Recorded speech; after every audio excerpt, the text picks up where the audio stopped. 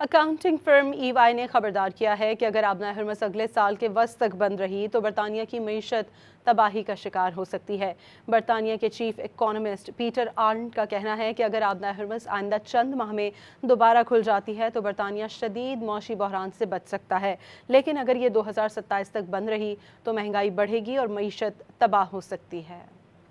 Accounting firm EY ने खबरदार किया है कि अगर आबना हरमस अगले साल के वस्त तक बंद रही तो बरतानिया की मईशत तबाही का शिकार हो सकती है। बरतानिया के चीफ इकोनॉमिस्ट पीटर आर्नल्ड का कहना है कि अगर आबना हरमस आइंदा चंद माह में दोबारा खुल जाती है तो बरतानिया शदीद मौशी बहरान से बच सकता है, लेकिन अगर ये 2027 तक बंद रही तो महंगाई बढ़ेगी और मईशत तबाह हो सकती है।